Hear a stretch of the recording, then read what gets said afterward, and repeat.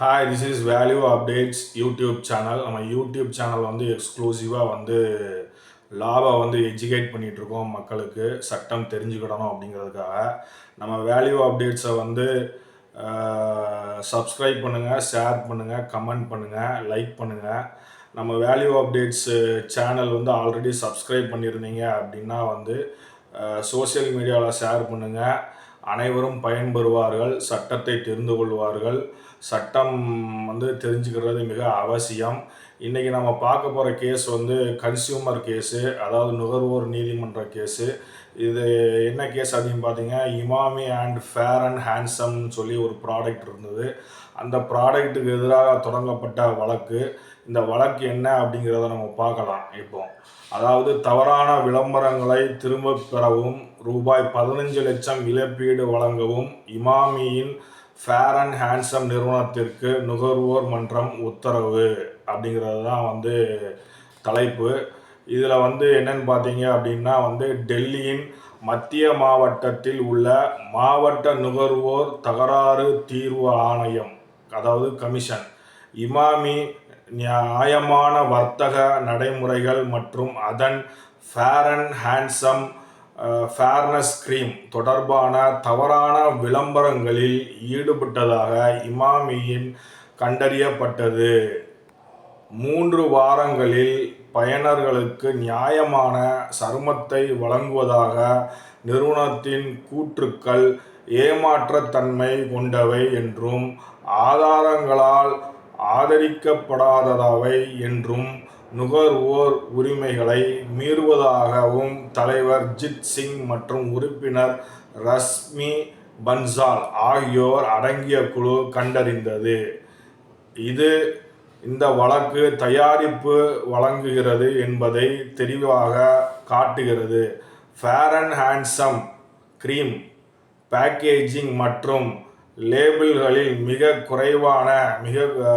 குறைவான மற்றும் வரையறுக்கப்பட்ட வழிமுறைகளுடன் 3 வாரங்களுக்கு அதன் பயன்பாடு தொடர்ந்த பயன்படுவது மனித சருமத்தின் நியாயத்தை ஏற்படுத்தும். குறிப்பிடத்தக்கப்பட்ட வழிமுறைகள் முழுமையற்ற வழிமுறைகள் என்பதை அறிந்திருந்தாலும் மற்ற தேவைகளை பின்பற்றாததால் அது கூறப்பட்ட பலனை தராது. இது தவறான விளம்பரம் மற்றும் நியாயமற்ற வர்த்தக நடைமுறையை நிரூபிக்கிறது. தயாரிப்பு மற்றும் விற்பனையை மேம்படுத்துவதற்காக வழக்கில் அத்தகைய உக்தி ஏற்றுக்கொள்ளப்பட்டது என்று ஆணையம் கூறுகிறது. எனவே இதுபோன்ற தவறான விளம்பரங்கள் மற்றும் பேக்கேஜிங் அனைத்தையும் திரும்பப் பெற உத்தரவிடப்பட்டது. ரூபாய் 15 லட்சம் தண்டனை இழப்பீடு விதித்தது.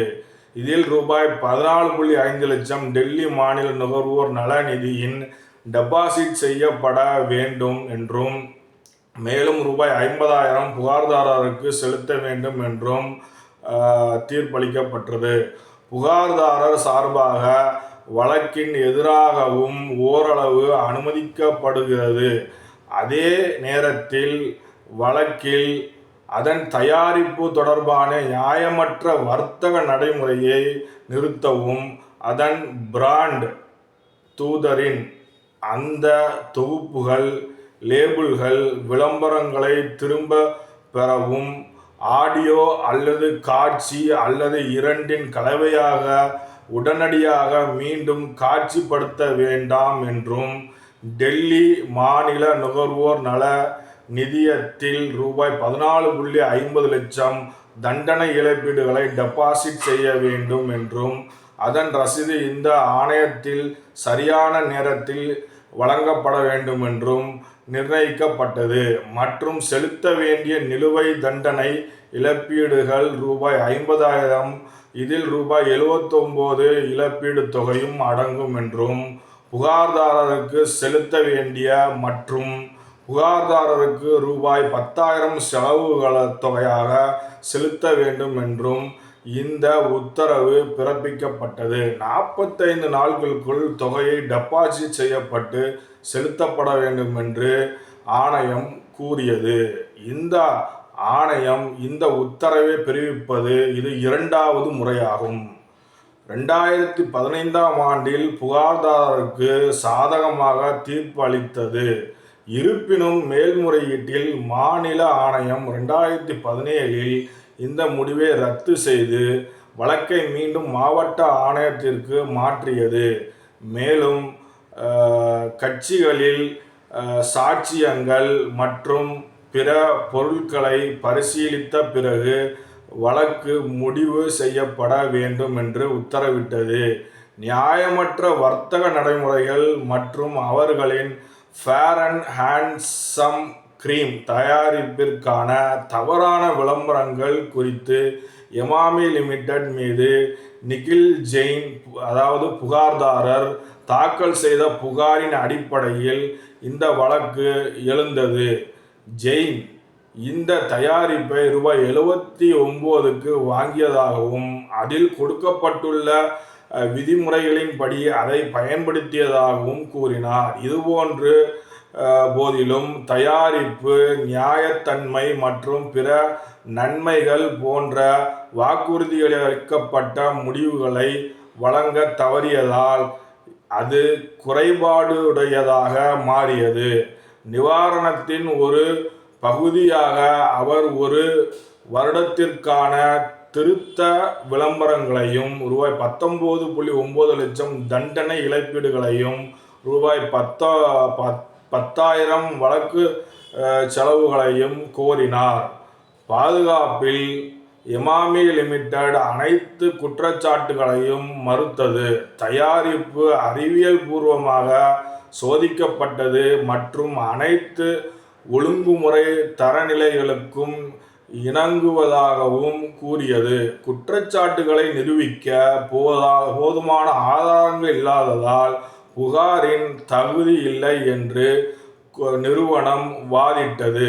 மேலும் புகார்தாரர் வாங்கியதற்கான சரியான ஆதாரங்களையும் தயாரிப்பின் செயல்திறன் குறித்து நிபுணர் கருத்தையும் வழங்க தவறிவிட்டார் என்றும் அவர்கள் வாதிட்டனர். மேலும் இந்த தயாரிப்பு பல்வேறு சோதனைகளுக்கு உட்படுத்தப்பட்டு 16 முதல் 35 வயதுடைய பயனர்களுக்கு புற ஊதா கதிர்களில் இருந்து பாதுகாத்தல் மற்றும் சருமத்தின் தரத்தை மேம்படுத்துதல் போன்ற குறிப்பிட்ட நிலைமைகளுக்காக வடிவமைக்கப்பட்டுள்ளது என்று இமாமி வாதிட்டார். இருப்பினும் ஃபேர் அண்ட் ஹேண்ட்சம் படத்தின் பேக்கேஜிங் மற்றும் விளம்பரங்களில் தவறானவை என்று குறிப்பிட்டு ஆணையம் இந்த வாதங்களை நிராகரித்தது.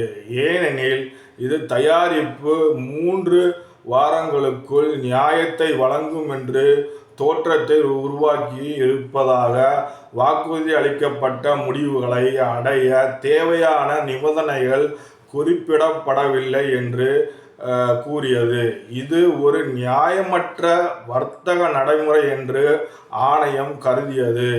சேதங்கள் கடனை திருப்பி செலுத்தாதவரை கிள்ளும் அளவிற்கு இருக்க வேண்டும் என்றும் அதனால் மற்றவர்கள் இதே போன்ற நடத்தையில் ஈடுபடுவதை தடுக்க முடியும் என்றும் அது மேலும் கூறியது. அதன்படி ஆணையம் இமாமி நிறுவனத்திற்கு ரூபாய் 15 லட்சம் அபராதம் விதித்ததுடன் ஏமாற்றம் விளம்பரங்கள் மற்றும் பேக்கேஜிங்கை திரும்ப பெறுமாறு நிறுவனத்திற்கு உத்தரவிட்டது. உத்தரவு பிறப்பிக்கப்பட்ட 45 நாட்களுக்குள் இழப்பீடு வழங்க வேண்டும் என்று நுகர்வோர் நீதிமன்றம்